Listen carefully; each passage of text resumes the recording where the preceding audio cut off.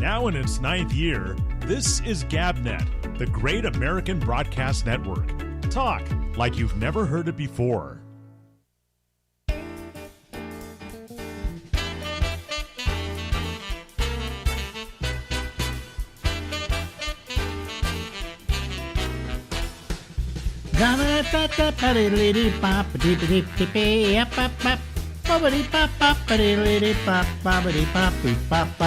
Yeah, of course, you know what this is. This is the Ramble.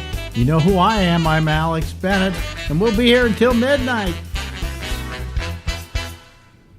Ladies and gentlemen, his name is Larry Bubbles Brown. We've gone through why he's named Bubbles. We never came up with why he's named Brown, but we'll get into that some other time. That's your real name, by the way, Larry Brown, right? That sounded like a show. That is the most common name in the.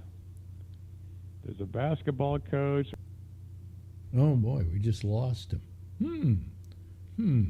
This happens with Skype occasionally. Well, we'll call him back. No, Larry is unavailable, it says. Okay, we'll try him again. He probably hasn't hung up yet.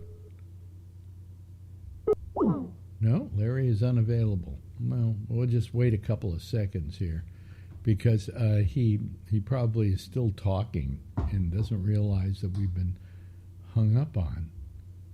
Hold on a second. Here we go.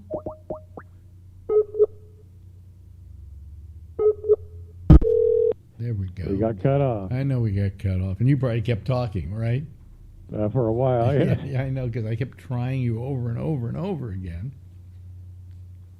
But anyway, you were saying that Brown is the most common name where? Larry Brown's a very common name. There was a football player, a basketball coach, a writer, and there's 8 actors in SAG named Larry Brown. And, well, wait a minute. Then are you in SAG? I am, yeah. Okay, so you're in SAG. Your name is Larry Brown. Supposedly nobody else can use that name. And I get a residual check for a Larry Brown that I always have to return because I'm honest. Oh, really? Yeah. You see, I mean, for instance, I was led to believe that I have the name Alex Bennett, but nobody else can use that in AFTRA. Yeah, and that was supposedly made because they didn't want to mix up residual checks. But anyhow, I notice they just a few movies that I've been in, they've used Larry Brown on there. So, I was led to, because there was an actor named John Carson, and he had to go by John David Carson because Johnny Carson, I guess, had been in AFTRA or SAG. Either that or Johnny Carson had to change his name from John Carson. You know, right. But there were a lot of people who had to change their names. The one I remember the most, I remember an actor named Stuart Granger. Mm-hmm. You know Old English actor. Know what his real name was? Jimmy Stewart. Wow. And he couldn't use it. So he changed it to Stuart Granger. Well, he really changed it.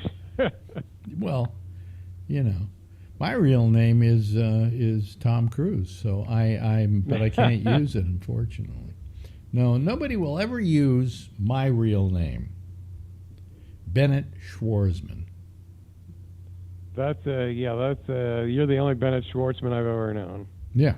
Well, I was going to, at one point I went, what are you going to use? What you did, there was a ritual. You adopted a show business name, and that was going to be your name forever. And initially, I never would go with Bennett Schwarzman. That was too unwieldy. And so I never used it. But I did use Jerry Bennett in the very beginning. And because I was a fan of Jerry Lewis at the time, a big mistake on my part. We didn't know. I didn't know. Yeah. And I named myself Jerry Bennett. And then when I went into the Navy, I had to use Bennett Schwarzman, because when I went on the air, you had to use what your real name was. This is Navy Seaman Bennett Schwarzman. And then after that, I went to Houston, Texas, and I decided that I had to change my name because I didn't like the Jerry Bennett. I like the Bennett part because my name is Bennett Schwarzman, right? And my father had just died, and I felt, to honor him, I think I'll just take his first name. His first name was Alexander, and he used Alex Bennett a lot, So that was how it turned out, and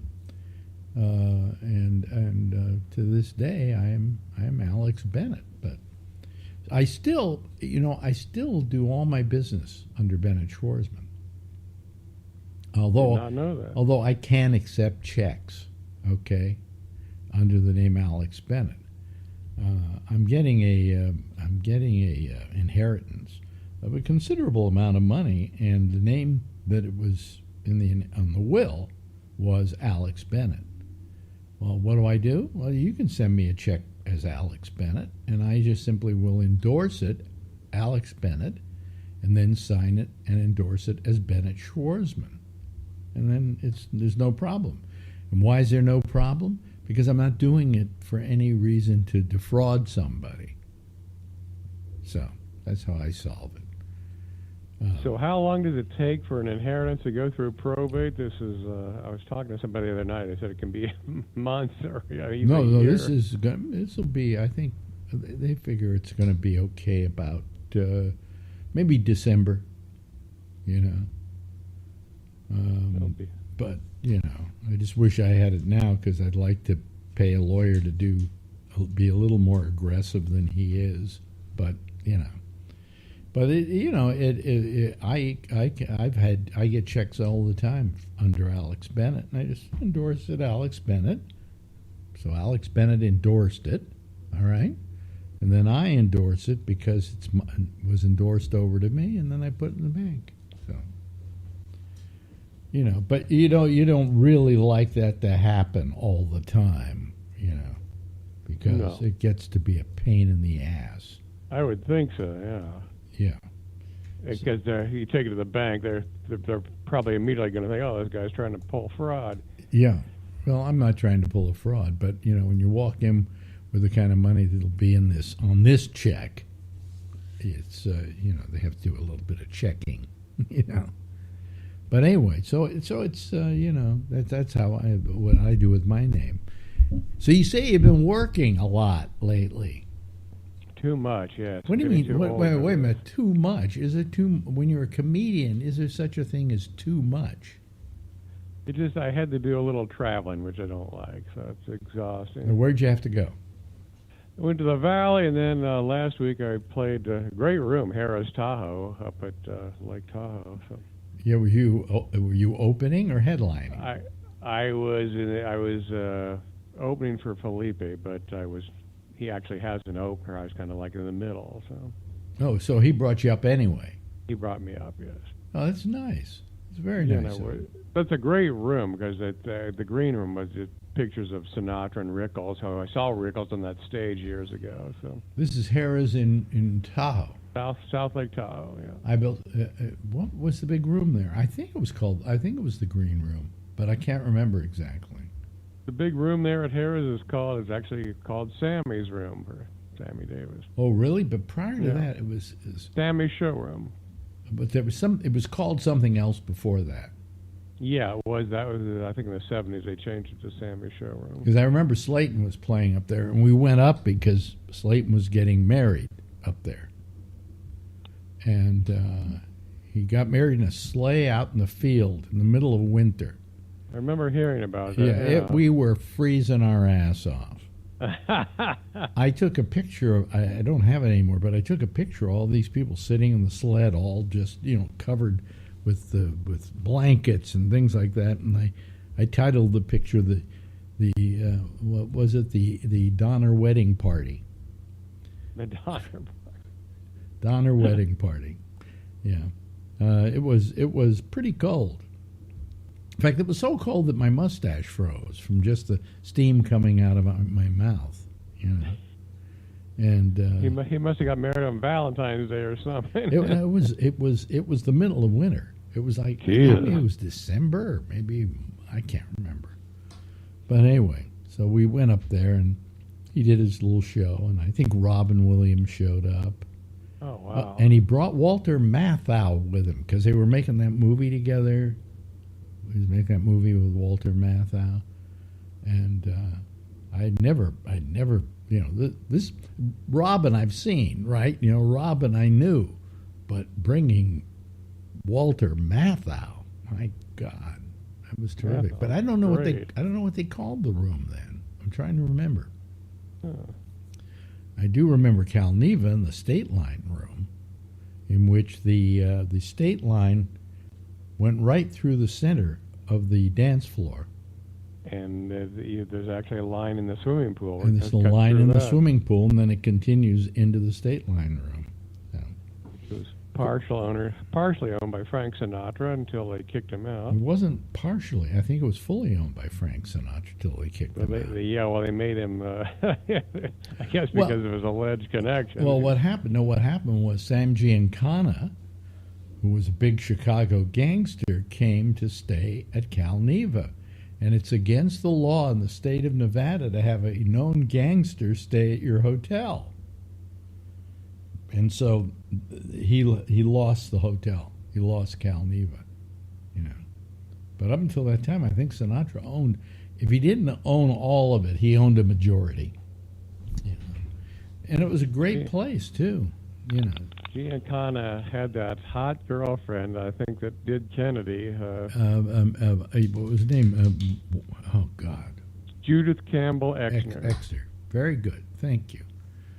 Why you were having trouble remembering it? If you're having trouble remembering it, I don't feel bad. I remember. I just out of the picture I saw her in the '60s. She looked like she was really hot. Well, you want to talk about a security risk? Yeah. I mean, forget Trump and his documents. Here is Kennedy having sex with this woman, Judith Campbell Exner, and she at the same time is having sex with Sam Giancana, the biggest gangster in Chicago. And there's pillow talk going on.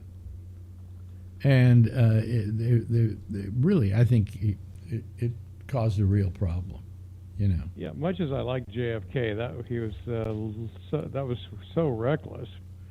Well, he couldn't keep his in his pants. Here's a story I heard. I heard from somebody who had sex with him. Her name was Blaze Starr. Do you remember that name? I heard that name. She was a stripper in New Orleans. And she was a fairly famous stripper. And the governor, I'm trying to remember his name now. He was the son of the former governor who was. They made the movie All the King's Men about him.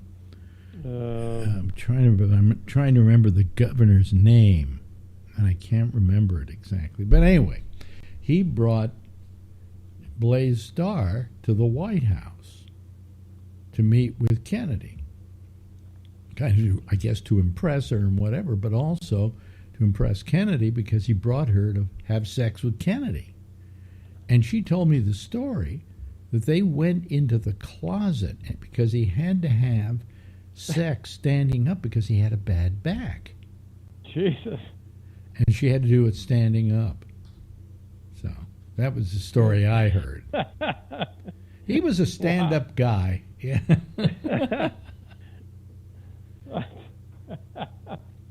Well, I guess they got they must have got those genes from the old man, because didn't he screw everything up? Well, he had a long-time affair with Gloria Swanson, the father. Right.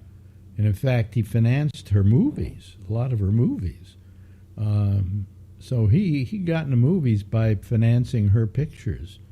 And he financed one picture of hers that never even got released, and it was very expensive. It was directed by Erich von Stroheim, but he kept going over budget. And so finally, she closed down the whole production. She said, I can't do this. And it was Kennedy money. In fact, scenes from Queen Kelly wound up being used in Sunset Boulevard. You know, where she's looking at the screen and seeing her movies and saying, I used to, I used to be great and whatever. That's the movie Queen Kelly they're showing, which was directed by Stroheim, who plays her butler in Sunset Boulevard.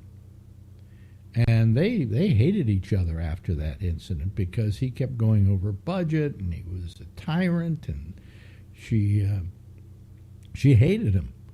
And then comes Sunset Boulevard, they're co-stars. It's an amazing story. It's an amazing story. So I mean, Kennedy was the daddy. Daddy Kennedy was doing his stuff too, But I think the attitude among the women in their lives, like Kennedy's mother, was, hey, as long as he comes home, as long as I'm his wife, as long as we're rich, we'll look the other way. So. Yeah, as long as I get the advantages, let him go out and screw around. I'm not going to make a big deal out of it. And they never did. So that was that was that story. Huey Long was the guy you're trying to think. Huey Long, and I'm thinking about what was the son's name? Russell Long. And I don't think it was Russell. It was something else. There's a bunch of Longs in Louisiana. Yeah, but he was the governor, and he brought the stripper to the White House. Huey Long was going to run for president. In fact, they made a movie about that guy. All the King's Men. No, they made a movie about Huey Long. They made a movie about his son and Belle Starr. Oh, they did? Wow. Belle Starr, that was her name? Yeah, Belle Starr. Blaze Starr. And it's a movie called Blaze, and it starred as the governor, Paul Newman. Well, I never heard of that one. Yeah. And it's all about his relationship with the stripper. So. They didn't include in the picture him going to the White House and pimping her out, Standing up in the closet. She said she did. She had sex with Kennedy standing up in a closet, and the answer was he couldn't do it lying down because of his bad back, So. And supposedly LBJ did more women than JFK. Really? I didn't know that. LBJ called Kennedy a rank amateur, and he was banging. They put a warning device in case Lady Bird came in, because they never knew when he'd be screwing someone in the Oval Office. I imagine you could. I mean, that's what I would do if I became president. I would say the first thing I'm going to do is have sex on the Resolute desk. I'm gonna because why not? It's just, if you're a powerful man, you got to act like one. And what better to do than to have sex in the Oval Office? I don't blame what's his name at all, although he never really had sex with Monica Lewinsky. He just had a blowjob from Monica Lewinsky, which he didn't consider sex, which I have to explain to a lot of women that, well, for instance, I'll ask you, is a blowjob sex? I would consider it so. You would? Really? Yes. Because here's the difference. I don't consider it to be sex. I don't consider that I've literally had sex with a woman until I penetrate her. Yeah, some people believe that, and you might be right. Anything else is what is referred to as foreplay. All right? So women will say to me, now it's sex. I say, okay. Now tell me, how many times in your life have you had sex? And they go, no, it's five times. How many different people have you had sex with? 5 people. Then I go, were they all penetrative? Did they penetrative? Penetrative. Were they penetrative? And they'll go, yes. I go, what about blowjobs? Well, that's a different thing. And women even count blowjobs as not being sex. You know, did you have sex with him? No, I gave him a blowjob. So I felt that when our former president, Clinton, got up and said, I did not have sex with that woman, Monica Lewinsky, that's true. He never had penetrative sex with her. He just had got the constant, endless BJs. You know, so, and everybody gives him a bad time. How can you say he didn't have sex with her? Well, what do you consider sex? Describe it. I think of a BJ as foreplay. Okay. Of course, in the case of Kennedy, it was the whole thing, you know, with her. And I think what he did, I think he just got BJs because he didn't want to cheat on Hillary. And he didn't consider that cheating. So, everybody, you can go out and have a discussion tonight on this point about what constitutes having sex. Right. You know, are BJs having sex? No, I think they're foreplay, but you know, mainly because I think as myself, I was never happy unless I had penetrative sex. I didn't feel it was complete. It wasn't complete. Yeah, you could see that. Yeah. Yeah. So that's why I feel the way I do. But you could feel the way you want to. Well, I think you got to think about. I wonder how most of the presidents probably did fool around like that. Well, one time FDR, right? FDR. Well, he had a mistress. He died with his mistress. Right. The fact is that a lot of people. What was the thought I was going for here? My mind's kind of going wonky on me right now. But I mean, you know, men with power. I interviewed a psychiatrist once, a Dr. Banish Hoffman. I remember his name.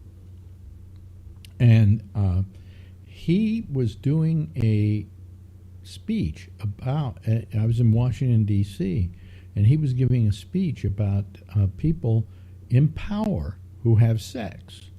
And he said to me, when I was talking to him, the most requested sexual preference for men in power is S&M, is bondage, things like that.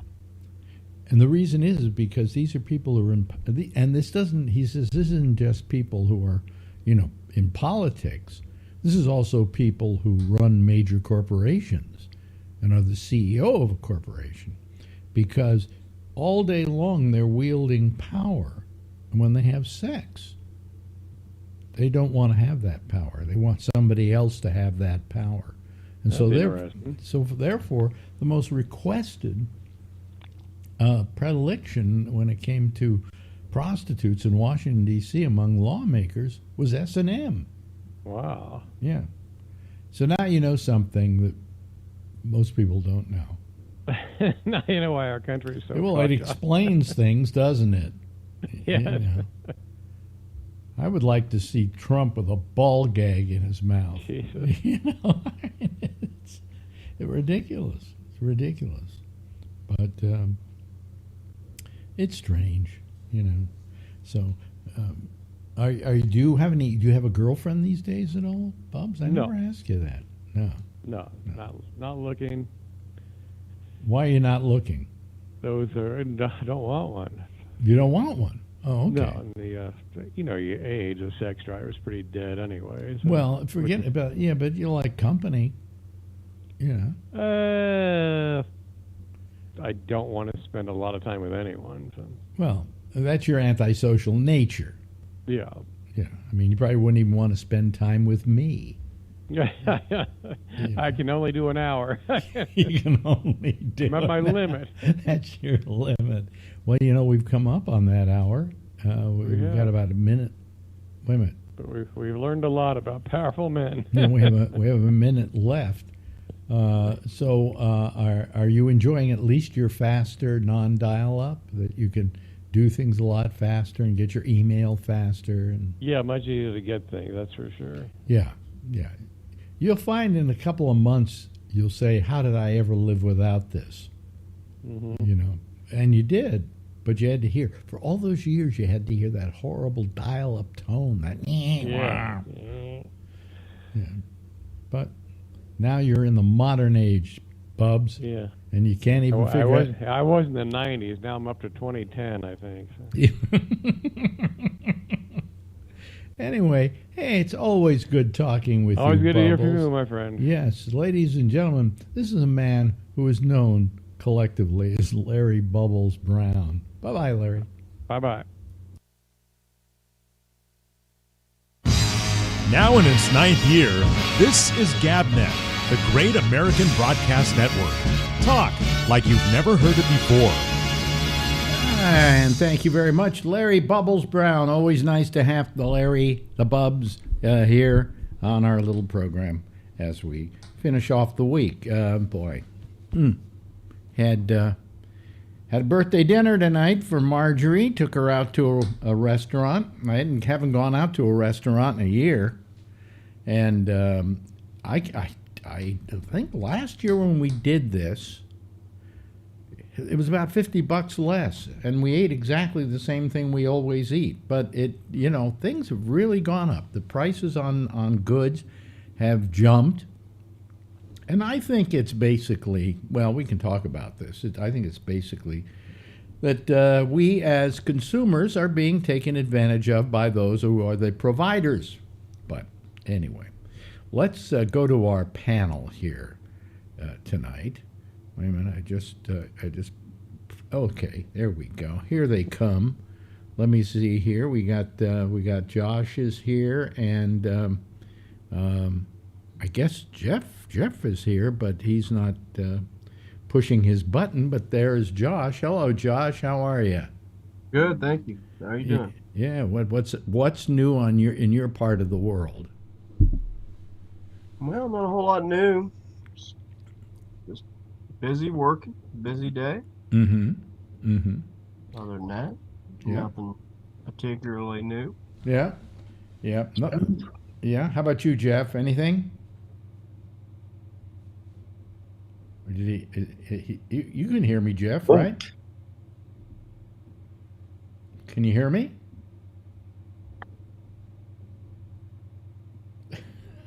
Here we go again.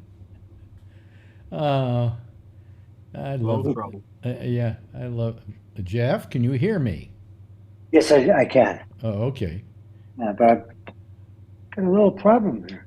What's your problem? Just visually. What's Dark. what's wrong visually? I think Yes, I can. Okay, I was wondering what you might be seeing. Ah. Yeah. Okay. Yeah. Well, Yes, I can. you can what? What? My colors are dark.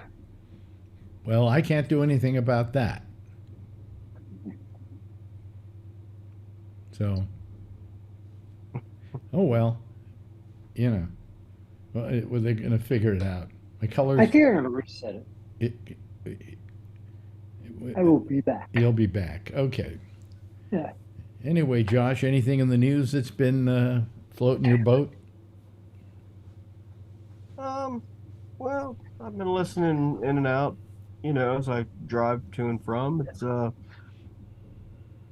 a continuation of many of the same stories. I think the Republicans have really made a mistake with the speaker they've chosen, and they're gonna walk this radical path. It looks like. I mean, this aid package for the Israelis. Mm-hmm. Whether or not you agree with the Israelis' actions or not, I guess set aside.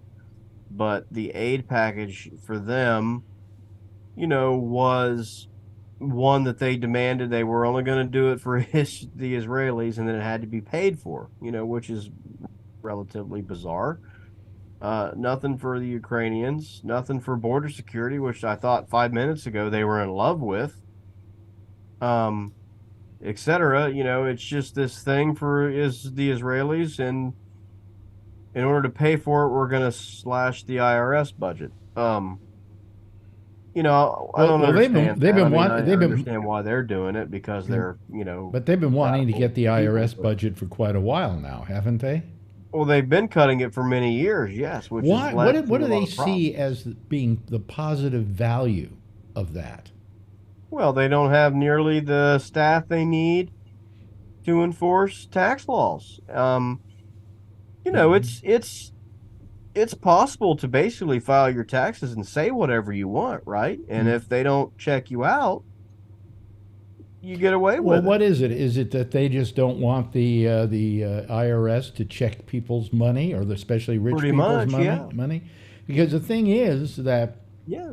the only the only business that the United States has, I mean, the only thing that literally makes them the most money are taxes of one sort Yeah. or another. And Right. when you cut IRS agents, then everybody can cheat. Well, that's their plan, but what it does is it allows their ultra rich folks to cheat. The people bankrolling their nonsense. To get away with it and keep a heck of a lot more of their money that they weren't really entitled to, if you ask me, and if you ask the law. Yeah. But if no one checks it, you know, and I mean, like I said, you can pretty much file whatever you want, right? If it doesn't get checked out.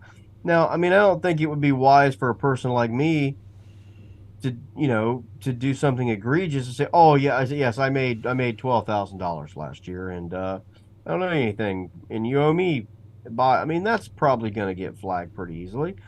But when you talk about lots and lots of money, and you shave a percent here and a percent there, and then you do stuff like Trump did for many years, and is probably still doing, that equals up millions of dollars in their pocket because the amount of money that we were talking about to begin with is very large. And that leaves them with no real way to check these folks out. I mean, who's going to, it's Trump is his own thing, but there are lots of other people out there that file taxes on large incomes like that. And who's checking it? I mean, no one really, right? I mean, who's saying, wow, this doesn't look a little bit right. I need to look into this. Yeah. We maybe need to do an audit. We need to look at the documents. People always fight audits, so that takes manpower. Mm-hmm. I mean, if they were Yeah. really wanting to hire 80,000 people to work for them, Mm-hmm. that's a serious amount of people. That should tell you how bad off they think that they were or are. Yeah. Should it not? Yeah, it should. I mean, 80,000 people is twice as many people as the company that I currently work for employs in North America. Mm-hmm. I mean, that's a lot. And I work for a worldwide company. Right. So that's a lot of people. And also, aside from all that, it was designed to cure or go a very long way toward curing the very thing that regular folks like us have complained about for, I don't know, pretty much my entire life, which was you call them and you can't get a damn person on the phone or anything like that because they don't have any people. Well, for years about taxes, what I've been yelling about is that correct me on this, but the great amount of money that is generated in money to the government from taxes is not generated by the bottom 90% of the taxpayers. Yeah, Am I right about that? And it was said that if you did away with the taxes to that 90% and just made the over 90% to pay and also the corporations and tighten up the corporations, that we'd have more than enough money to exist, Tom, without actually taxing you and me. And in the beginning, Yeah, I don't know if that's complete, but I think it's certainly on track to being mostly the case, I believe, because I mean, a lot of people, in my situation or similar or lower, pay some taxes and then typically make sure we pay enough, and then we often get some back. you know, because we like to have overpay, make sure we're not going to get hit with this big bill at the end of the year and all that, right? So they're making, you know, steady money off all those people, but you know, obviously we're not paying mega money the way that people who are making mega money should, or corporations. And you know, whether or not, see, and here's the thing is whether or not corporations or super rich people should pay more taxes or less taxes is a political debate. And you are allowed to have your opinion on what you believe on that. What the bill previously passed to hire IRS agents was not to decide whether or not you should pay more taxes or less taxes or any of those political questions. It was just to enforce the laws that are already on the books that have already been settled politically. You know, it was just to enforce existing law. And if later on any Congress wants to come along and do away with all those laws and do away with taxes or whatever else, that's a political Let's question. go back to Let's back to the beginning of the individuals, you and me, being taxed. You know, there was a time when we were not taxed. Correct. And not directly on income. Not directly on income. And that time happened when? Happened in the 20s. Mm-hmm. And why did they do it? Well, a lot of reasons. I mean, one, because it was becoming harder to raise tax money based on goods because there were some lean times and recessions. No. There's also another, to pay for wars. There was another factor there that was a great generator of income to the government that suddenly disappeared. Well, that's what I'm saying. Taxes on goods. Well, what alcohol. goods? What alcohol? Alcohol, for example. Because we had prohibition. Yeah. And when prohibition happened, they didn't have a way of paying the bills, so they came to us to get it. Right.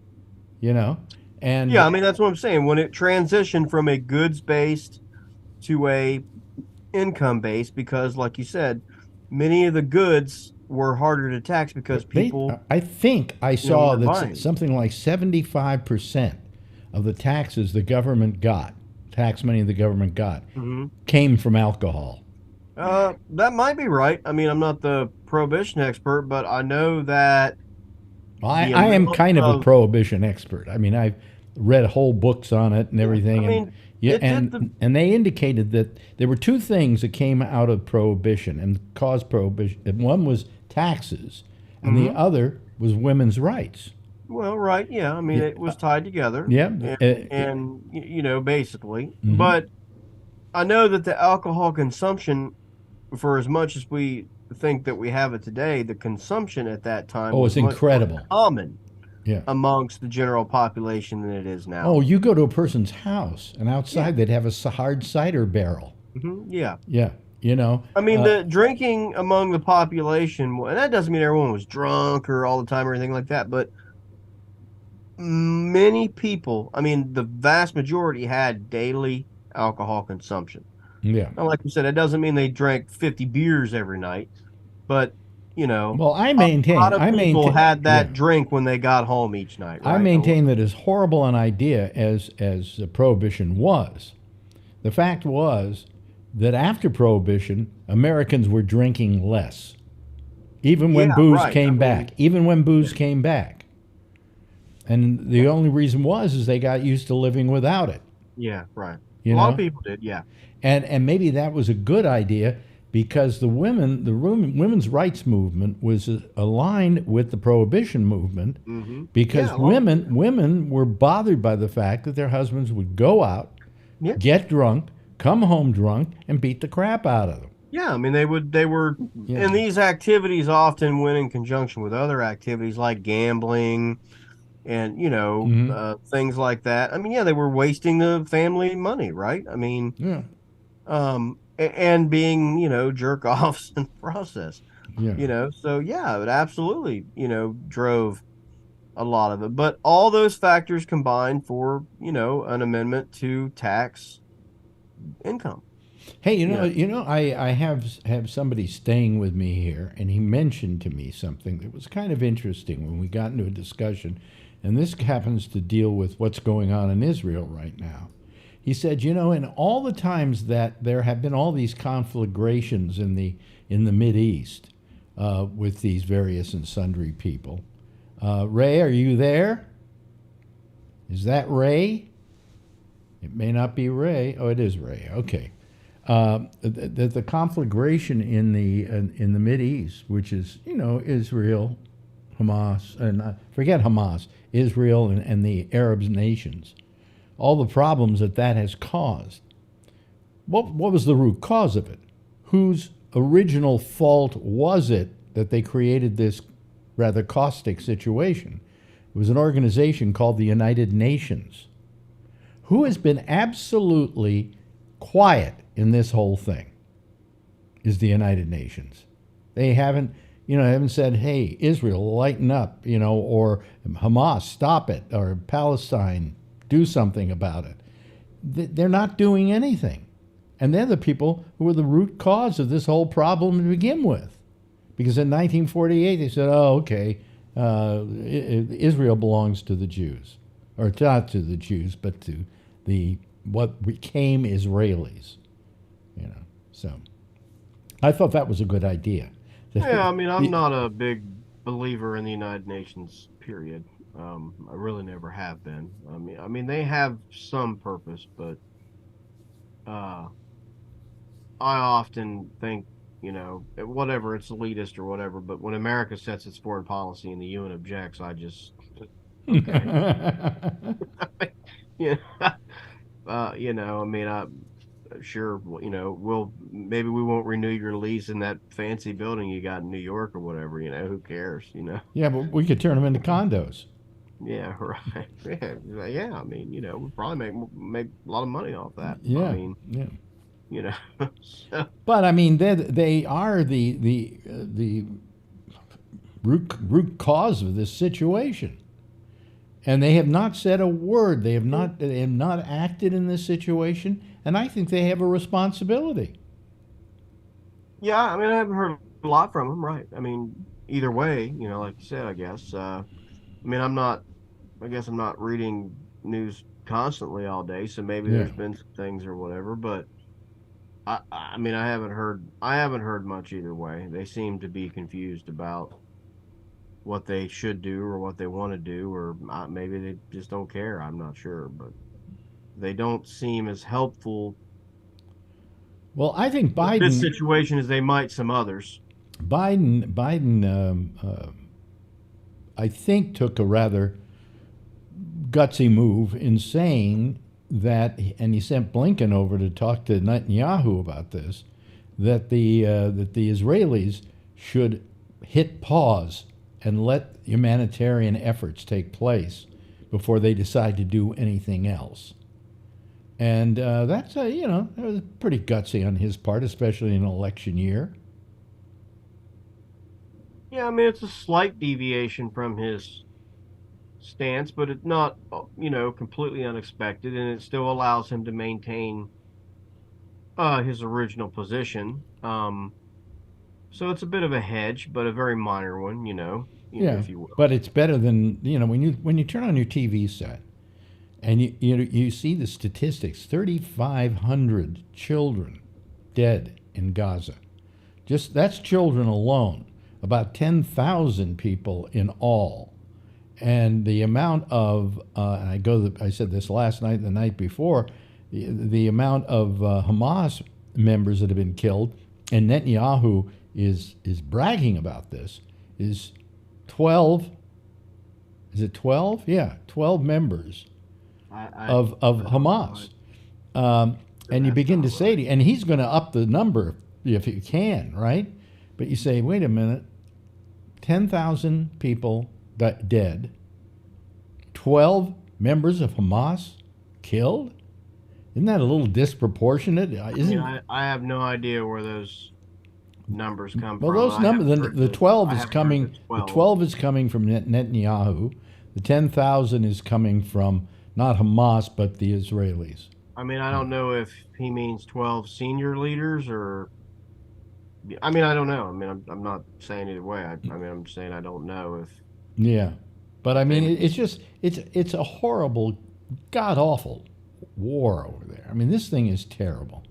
What war is good? Well, no war is ever good, but this Right. is just devastation, you know. And I hate to see it going on. Why people want to kill other people for plots of land or anything else has always mystified me. You know, I mean, it's not worth taking a life over. And why can't we just all talk to each other? I'm being very simplistic, and I live in a la land of a wonderful world, but can't I expect a wonderful world? We're capable of it. Sure. You know? I think that's reasonable. Yeah. So, I made my case. I see you later. Bye. Yeah. Hello, Ray. Ray? Sorry, it's muted. Hi. Hi, Ray. Hello. How you doing? Turn your mic I'm down. okay. Turn your mic down, will you? Oh, down. Yeah, your Okay. mic is kind of overpowering. That better? No, more. How's that? No, now up. How's that? No, down. Oh my God. Okay. Now it's good. I don't know why I put it on the auto thing. It's supposed to No. adjust the volume. Well, probably adjusts it upwards. Yeah. Yeah. Okay. Yeah. But by the way, Josh, when you call, sometimes you're looking at your, I guess it's an iPad, or what is that you're looking It's at? just my phone right now. Your I'm just phone? checking. Yeah, what do you check? I usually just check the news really quick or whatever. Occasionally I'll get a text from somebody or work or something, but that was about it. Like my wife will text a few times if she's going to sleep or things like that. Yeah. How's everything going at your new job? Well, good, Mhm. not bad. Not bad. Still, working through changing some of the stuff in my department, but that's a struggle sometimes. But What, to get people to accept it, or to get the company to go Yeah, along to- with it? yeah, to get people to accept it. I mean, it was kind of a wreck when I got there, so and they went without a manager for a long time. Plus, the site was without a couple of managers, so they went many months with really no one watching them at all. So they weren't managed. Oh, that can't be Well, good. Well, that's what I'm saying. They got very used to things that just can't happen. Yeah. And then the manager that they had prior, Hmm. really let them do anything they wanted. So, it takes someone who's really never been managed, and suddenly they have to be managed because they're in a leadership role themselves. I'm Mhm. talking supervisors. The floor employees, for the most part, are fine, but you take supervisors and you try to hold them to a higher level. And they don't like it, the new guy coming in. No, and they doing don't like it. I mean, really, no one likes being managed. I mean, we're told that they need to improve on things or what. I mean, everyone thinks they do the best job, and all day, every day, and no one can do it better than me. Everyone thinks that about their job, probably. Yeah. I mean, Yeah. so it's good days and bad. Yeah. Anybody been seeing the Trump trial here in New York? I haven't watched any of it, but I hear the talk about it, the analysis or whatever, on my way to work in the morning and things like that. They were showing some clips a little bit ago, but I had the television down. It was one of those kids out there flapping. I don't know what they were saying, but I'm sure it was interesting. I just watched the interviews when they come out. It's not televised, is it? No. No. I don't- Okay. My volume is okay now? It's okay. Yeah. Okay. Hmm.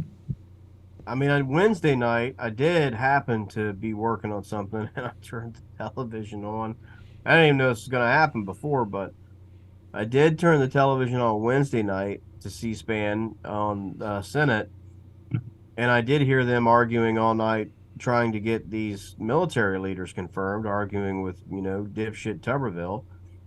He made sure to sit there the entire time and let them go through their spiel about each individual guy and then ask for a vote. And then they would ask for objection, and he would stand up and say, I object, so that they couldn't have a vote. And, How can one person hold this up? well, that's Senate rules. I mean, there are certain rules in the Senate that allow a particular senator to hold up certain pieces of, particular legislations. And these military promotions Mhm. that are Senate confirmable. Mhm. Not all military promotions are, but in these big leadership levels, and there's a couple hundred of them. The military is huge. Mhm. It's got several branches. Um, are able to be held up by somebody, Mhm. and he's holding them up. You know, Jeez almighty. and it's getting to a crisis. I mean, they snuck through a couple to Mhm. tie some stuff over, but one of the temporary people in the Marine Corps that was doing two jobs because they haven't confirmed anybody had a heart attack and is out of commission now, and he was already doing two jobs. So the guy that was doing two jobs had a heart attack and almost died. And it's got the Marine Corps in a crisis. So people getting sick and tired of it, but they're obviously not sick and tired of it But enough to do anything about it. you know what we have? We have a totally, I got to say this, we have a totally dysfunctional government right now. Totally dysfunctional. Right now, yeah. I mean, I don't remember anything like this in my lifetime. I remember roadblocks and things like that happening, but this is just total dysfunction. I mean, things that are not good for us, like not funding the IRS. You don't want to fund Ukraine, you don't want to fund Israel. Well, someday you're going to have to, whether you like it or not. Either that or the bombs from the other country are going to be coming over to see you, okay? You've got to fund the Ukraine to stop Putin. You've got to fund Israel because they're our partners. But I think we, at the same time, have to say, hey, we don't like what you're doing here. We don't like what you're doing there. I mean, I think we have the right to say to Israel, or even Ukraine, what they can do with that money and how they can use it. And, we should not be a partner to what might be considered by other people in other countries as genocide. Yeah. Okay? And what we're doing when we give Israel money for weapons and so on is we're a partner to genocide, and I don't think we want to be that. We're America. We're not those kind of people, And we don't allow other people to do it in our names either. I mean, I don't think, has Ukraine been doing any amount of genocide in their actions? It's basically on the part of Putin, right? Yeah, I mean, I don't believe that the Ukrainians have committed anything that I remember hearing about. Yeah. I mean, I have some probably unpopular stances on some of that kind of stuff. I mean, I don't know. The Russians invaded Ukraine. As far as, I mean, I wouldn't take any prisoners, but that's just me. What do you mean? Who you wouldn't? You mean if you were the Russians? I would do what the Finns did to the Russians in 1940. I would just, anywhere I could find one, I would just eliminate it. Yeah, but that's defense. That's purely defense. Well, they didn't take any prisoners in 1940. They shot them all dead or ran them over or and they wouldn't even pick the bodies up in 1940 in Finland. They said, let them lay there and let them rot. They drove their cars over their frozen corpses if they were shot in the street. I mean, that was brutal. And I mean, that's the only language Soviets have ever spoken. So, but regardless of what I think or you think or whoever thinks, the Ukrainians have not, to my knowledge, been, out of control or anything like that. I mean, as far as I know, they're launching offensive operations within, the normal guidelines of war, and, they're defending themselves when they're attacked. Yeah. So, and not with like unconventional weapons, and they haven't used any chemical weapons and that I know of, and things like that. So they have taken prisoners. They've negotiated fair exchanges. Yeah, so as far as I know, it's as war goes, it's being conducted in a proper way. I mean, that sounds stupid when you're talking about a war, but I mean, I don't know what other terms to use, but they seem okay. I mean, I hope we don't let them down. I mean, I don't know what's going to happen. I mean, the government's already going to run out of money. What, at like Thanksgiving or something? So yeah. to our government. So I mean, I don't understand what's happening here. I mean, it's just what's the issue? I mean, if you disagree with the president on things, then you disagree. You don't shut the government down. Then you negotiate. You give him a few things he wants. You get a few things you want, and you keep the government running. I mean, that's how it works. You know, there's no reason to. You're just gonna shut it down. I mean, over and some of the things that it's over. I mean, it's just. You know, I mean, it's like the Tuberville thing. I mean, he's holding up basically military preparedness because he's unhappy that the military will pay for one of their service members to travel somewhere and receive an abortion if they need one and they happen to live in a state that doesn't allow it right now. I mean, they'll just reimburse the travel expense. I mean that's okay. If you don't agree with that, again, fine. You're allowed to have that opinion, but so you're gonna shut down, you know, the entire upper echelon of the military over it. I mean, you're just you. I mean, when the rest of your people don't want to do it, it's stupidity. Yeah. I mean, it's little whine ass is what it is. Now the question I have, let's get back to this whole Trump thing here in New York, because it's got me fascinated, mainly because my judge, the guy who was our judge in the what do you call it, trial, the thing that we did on the rent and so on and so forth, and with our landlords. That judge is the judge that's doing the Trump trial is our lawyer. In fact, that what do you call it? That assistant to the judge, the law clerk to the judge, was our law clerk, you know, and that's the one that got Donald Trump a $10,000 fine. So I have a little interest in this because every time they show, you know, court drawings that are being made of the trial, there's my judge, man. There's this Judge Arthur Engoron. And I'm not a bad guy either. I got to tell you that. I liked him a lot. In the end, when he's your judge and you're doing the fighting back and forth, nobody's going to like the judge. Nobody's going to like the law clerk. Nobody's going to like anybody because everything's so contentious. But once you've settled, he then called us into his chambers.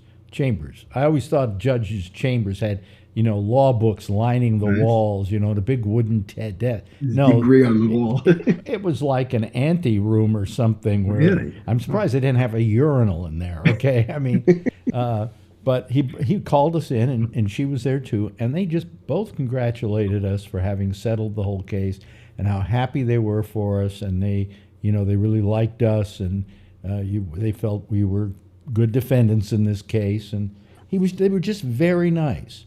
And so that's my last remembrance of Judge Engoron, and we may be going back to him to get some things settled about our case that the landlords are not living up to.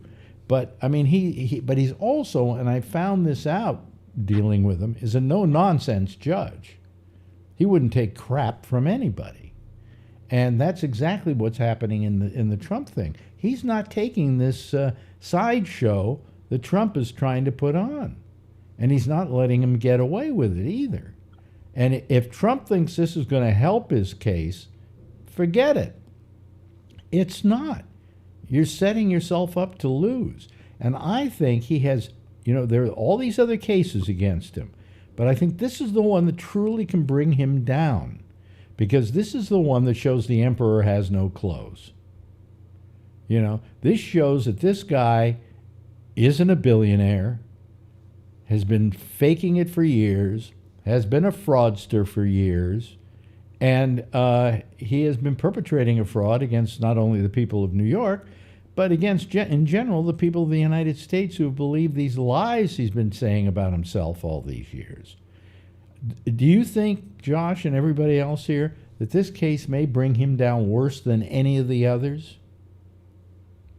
I mean, the others might get him jail time, but... Yeah, I think personally it probably will, because he's going to be forced to pay a lot of money that I just don't think he has. And he's going to lose all his LLCs in New York. Yeah, and then the ability to make more and recoup it, right? But if the judgment were to hold, for example, $260 million or whatever, I mean, that has to be paid, basically in cash. I mean, or I mean a wire transfer, but you know what I'm saying. I mean, that's you got to pay that in liquid And money. how fast do you have And I to don't think pay? he has the money. How fast do you have to pay that money? I really don't know. I don't know. I'm not really sure about that. I'm sure they said it when the judgment comes out, under some sort of thing, but and then there'll be appeals, that he won't win. Especially because, they're state appeals, you know what I'm saying? I mean, he's not, so they won't be drawn out, I don't think, for years and years either. No, But you go to an appellate court. I found this out in my own case where the landlords have done this. You go to the appellate court, it usually comes back pretty fast. yeah, so what'll end up happening is if he doesn't have the money in cash, which I would say that he doesn't, they will just seize assets and sell them off, to reach the money.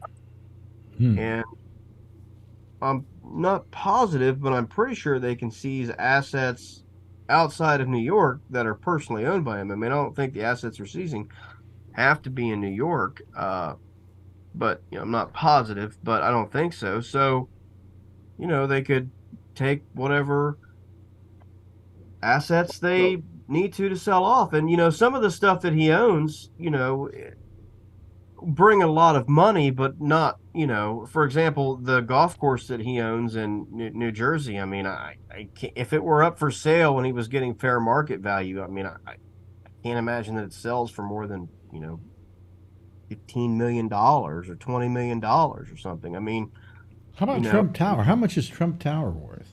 That I don't know. And I mean, and I don't know how But complicated that if he is. can't be an LLC in New York City, isn't he going to have trouble maintaining that building as a business? I don't know the aftermath of it is probably going to be ugly too, because he'll have to move Trump.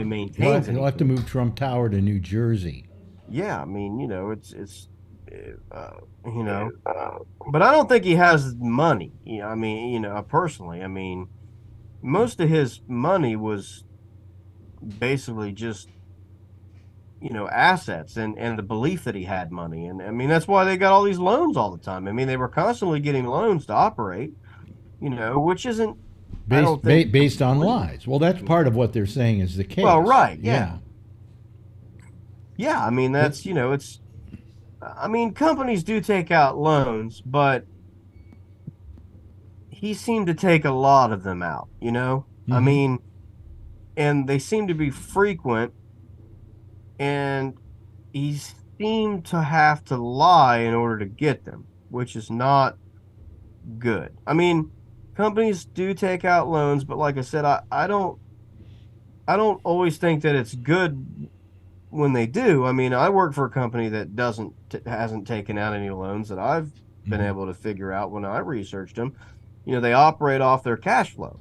I think when a company, does that a lot, that's not good. I mean, one time for like a capital influx because they're going to build all these things, or I think that's one thing, because there's a set time that they think they're going to recoup that investment. It's for an investment. But when a company does it just for, there was an article a day or two ago that said, the San Diego Padres, a baseball team, borrowed $50 million this year, unbeknownst to anybody, so they could cover their payroll. Well, that's not good. They're overextended. I mean, that's bad. I mean, companies shouldn't have to borrow money to meet regular expenses. Yeah. I mean, when they borrow money, it should be for a purpose. Well, yeah, I just think that this case, which in the beginning, I think we all thought of as the pre-show, is now turning out to be something maybe a little more serious than that, and that could be the undoing of Donald Trump. Yes, Charlie? According to Forbes magazine, Trump Tower in New York is worth $371 million. Well, that pays. I would pay his $250 million. Yeah. But that's if somebody buys it for that price. But I think what people face when they get into these things is, he's not going to be in control of selling it. I don't think it'll probably be sold by, auction, and everyone. I mean, you don't have to give that to him for him. It's going to sell for whatever the most person will pay for it is. But I mean, are people going to line up for it? I mean, that seems like let's money face not it. to get an investment back. Let's face it. What this kind of guts Trump up is that his major influx of cash to his company was only his name. They put his name on a building. He would charge them to put a name on a building. He would try and sell steaks with his name. His name is what's sold. And now his name doesn't mean shit to a tree. It has no cachet. Yeah, I mean, he does have a lot of small properties all over that are probably these, like I said, he's got a lot of golf courses that he could probably get $7 or $8 million a piece from. He's got a lot of wineries that are probably worth $1.5 million, $2 million for the land where they're at, and things like that.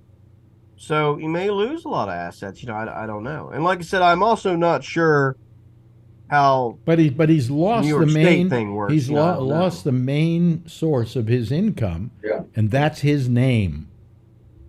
Yeah, I mean, I'm sure he'll try to I have reform somewhere else, but yeah. We had some friends who had an apartment in a building on the west side of New York, and it was a Trump-named building.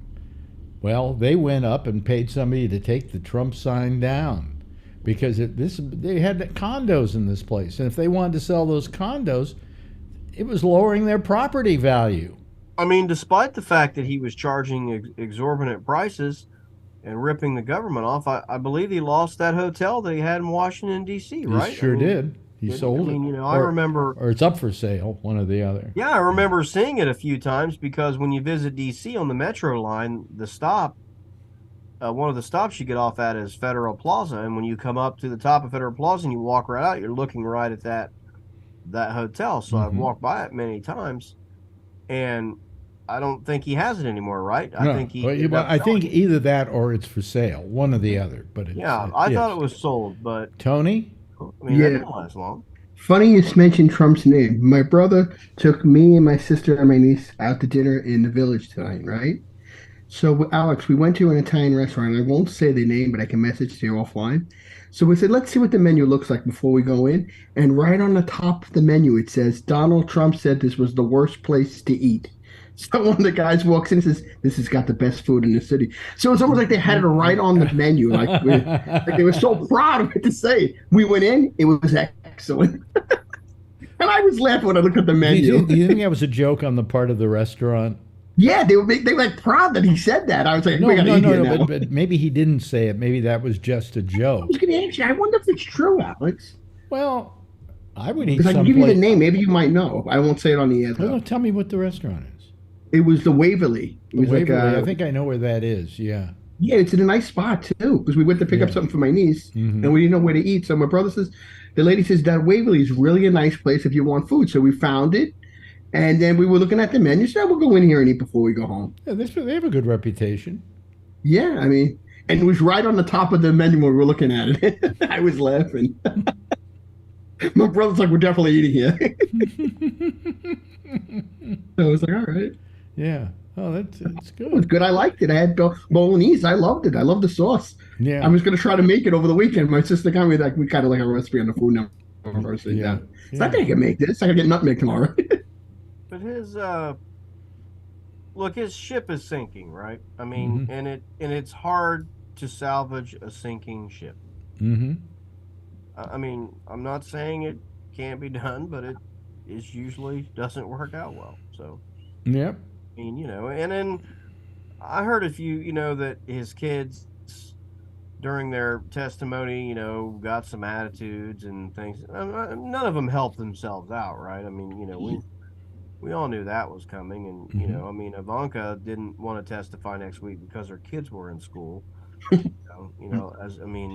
It must be, billionaire problems. How do you find a babysitter? It must be a real challenge. Well, she was subpoenaed to appear.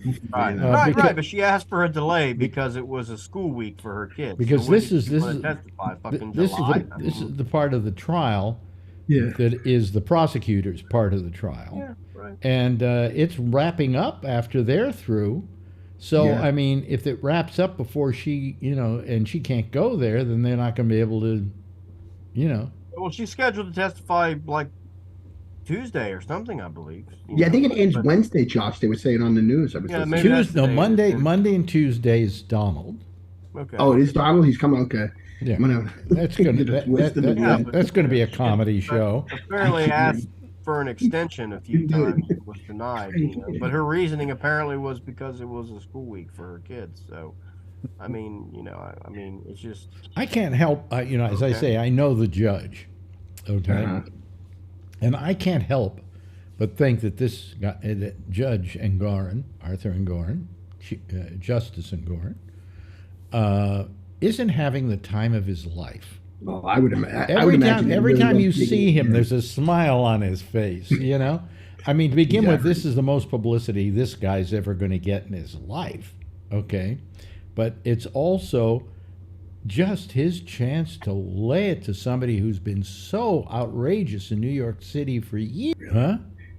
You got to be like licking your chops, just digging your fork into him, really. Yeah, yeah. So he's got it coming, like. Yeah, so he's got to be like, oh boy, oh. I don't know which way to hit him with the left. Try suck. He's well, such a prick. if Trump wasn't acting up, if Trump just sat there, Yeah, I mean, but he sunshine, gets up and leaves because he's mad and he storms out of the, he's putting on a show, and you just don't do this because a judge He's mocking doesn't. he's mocking the court system and everybody there. Like, You're mocking the court. Yeah, yeah. Right. And he's acting like a mob boss is what he's really acting. Exactly. That's well, it's like, he's worse than Gotti though, because He made Gotti. it very easy for on himself to together. be He's going. prosecuted in these cases and in this case sued because, the violations, legal or civil and criminal that he commits he tends to go out of his way to make them obvious. Yeah. Well, I don't think criminal is not a very smart one because he doesn't really even. I mean, he's the guy who robs the bank and looks at the camera and makes sure he leaves the note with his fingerprints there when he leaves. I mean, he's just not. Yeah, well, I mean, Tony was saying that he's like he was like Gotti, and that's kind of an that's an insult to Gotti.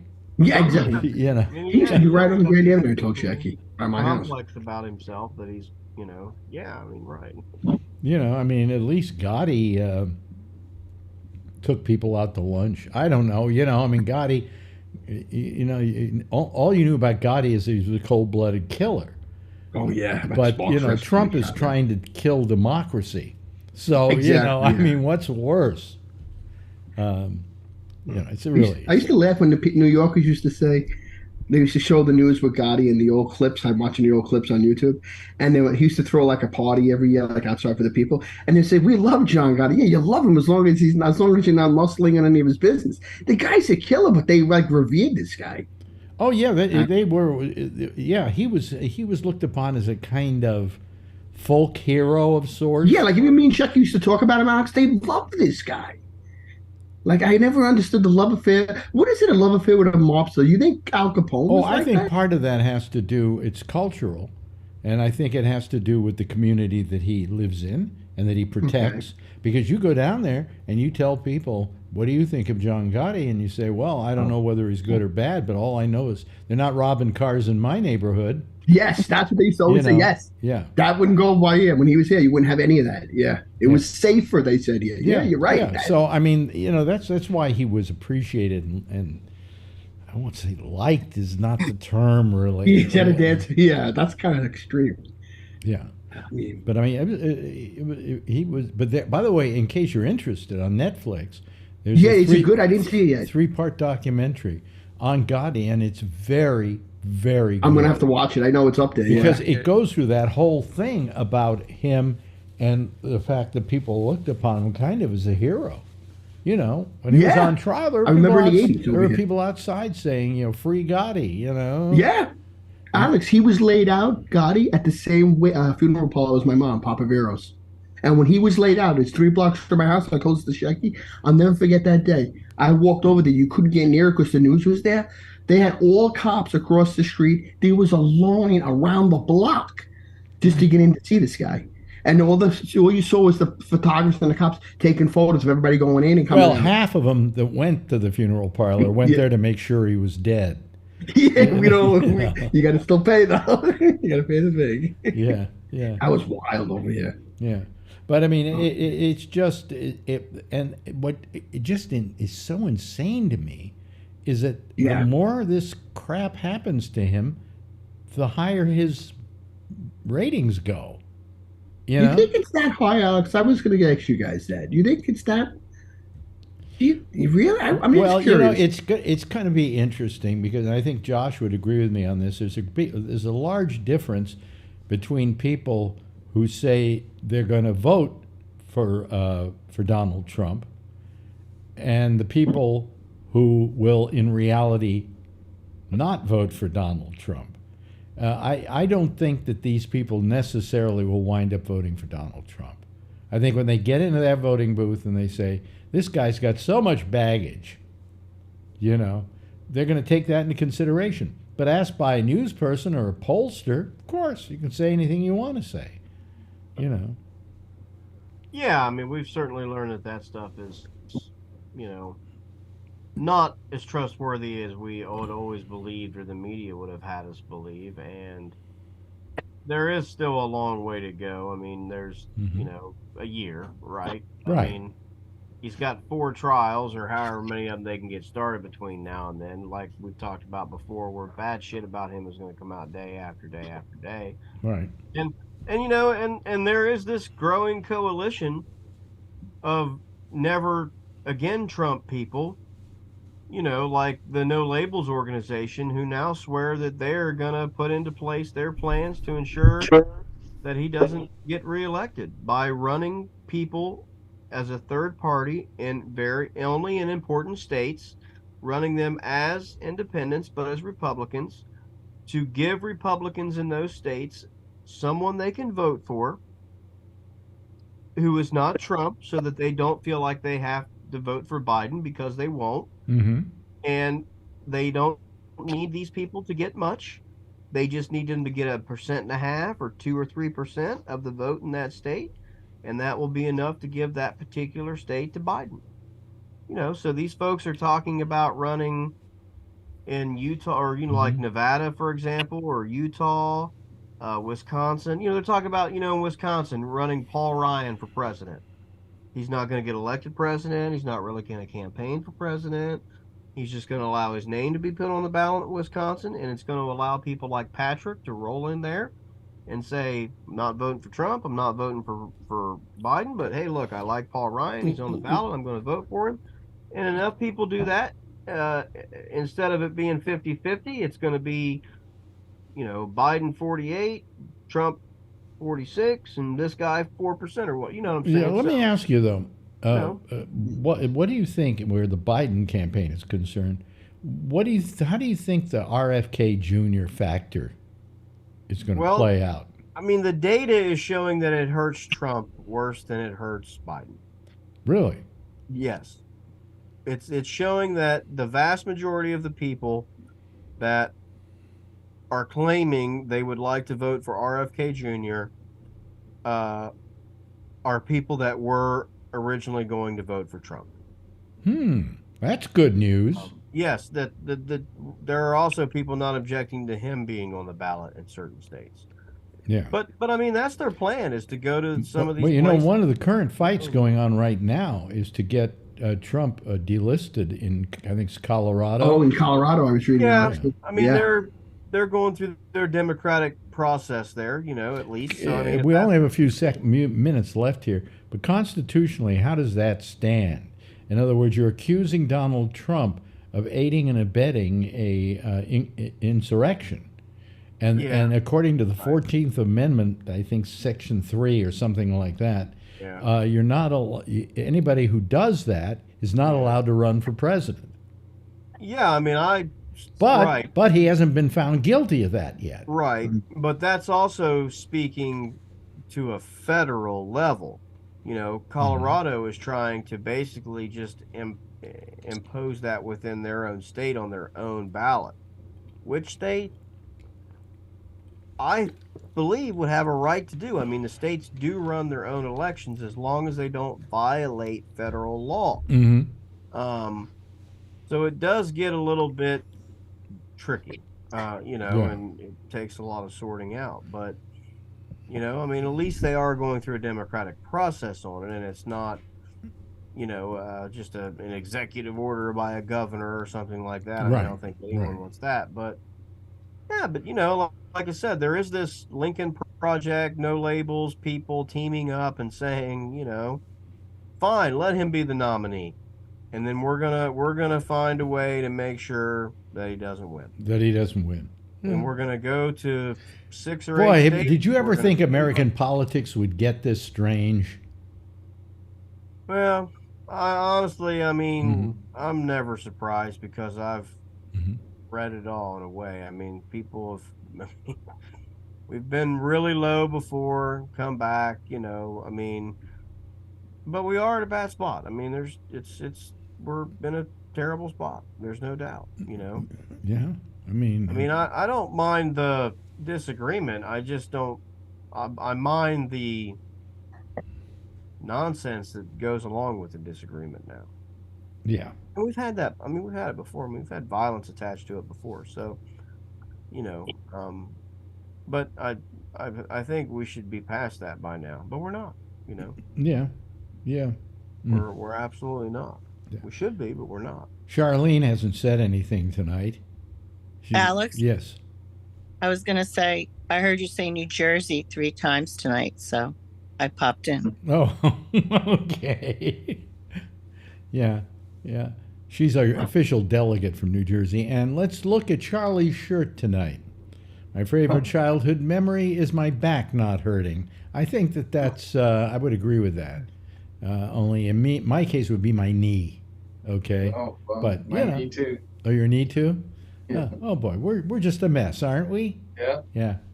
But I happen to be 83 and I'm a mess. But I'm not that much of a mess. Marjorie's a mess. I mean, her knee and everything's been killing her. You haven't lost any toes. I'm in a worse mess than you. Oh yeah. I was just quickly. I was going down the elevator tonight. The big, giant, fat guy, the fattest guy you've ever seen in your life, got into the elevator. And as we got out of it, I looked over at Marjorie and I said, "We're going out to dinner, and I'm glad I didn't say to you, does this make me look fat?"